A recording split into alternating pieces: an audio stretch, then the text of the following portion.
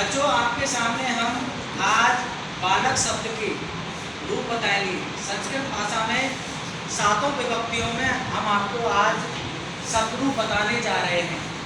अब वो शब्द रूप जो है आपको विभक्तियों के अनुसार बनाने हैं। विभक्तियाँ 7 होती हैं, 8वें नंबर पर संबोधन आता है, उसको विभक्ति में काउंट नहीं करते। अब 7वें विभक्ति में प्रथमा, द्वितीया, तृतीया, चतुर्थी, पंचमी, षष्ठी, सप्तमी, लास्ट का जो 8वें नंबर पर होता है वो संबोधन होता है। आप देखिए, बालक शब्द के रूप हम आपको प्रथमा विभक्ति के बोल रहे हैं। बालक है एक वचन, द्विवचन में बालकौ, बहुवचन में बालकाः। इस प्रकार आपको शब्द रूप बोलने हैं। आया समझ में? आप देखिए बेटा, सबसे पहले हम आपको शुरू कर रहे हैं किस प्रकार बोलना है, आपको किस प्रकार याद करना है।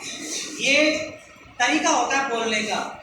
प्रथमा विभक्ति का आप एक वचन, द्विवचन, बहुवचन तीनों को बोलेंगे। सबसे पहले एक वचन, दूसरे नंबर पर द्विवचन, तीसरे नंबर पर बहुवचन को बोलेंगे। आप देखिए, शुरू करते हैं। बालक है प्रथम विभक्ति में, बालक है बालकौ, बालकाः। तृतीया विभक्ति बालकं, बालकौ, बालकान्।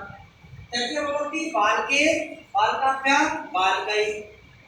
चतुर्थी विभक्ति बालकाय, बालकाभ्यां, बालकेभ्यः। पंचमी विभक्ति बालकात्, बालकाभ्यां, बालकेभ्यः।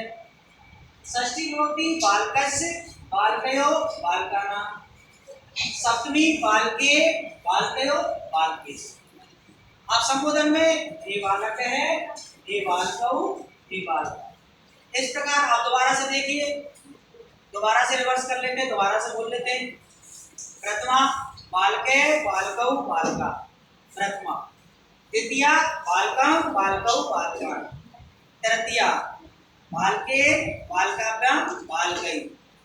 चतुर्थी बालकस्य, बालकाय, बालकाभ्यां, बालकेभ्यः। पंचमी बालकात्, बालकाभ्यां, बालकेभ्यः। षष्ठी बालकस्य, बालकयोः, बालकानां। सप्तमी बालके, बालकयोः, बालकेषु। संबोधन हे बालक है, हे बालकौ, हे बालक। इस प्रकार बच्चों आपको याद करना है और ये लिखना है बार बार, और आपको नोटबुक में लिख करके और अपने सबसे पहले आप अभ्यास करें, फिर याद करें। लिखने का बार बार लिखें, बार बार लिखोगे याद हो जाएगा। ये प्रैक्टिस करनी है आपको, लिखने की और याद करने की। बोलने का तरीका मैंने बता दिया सबको, और आपको लिखना है विभक्ति के अनुसार, ठीक है।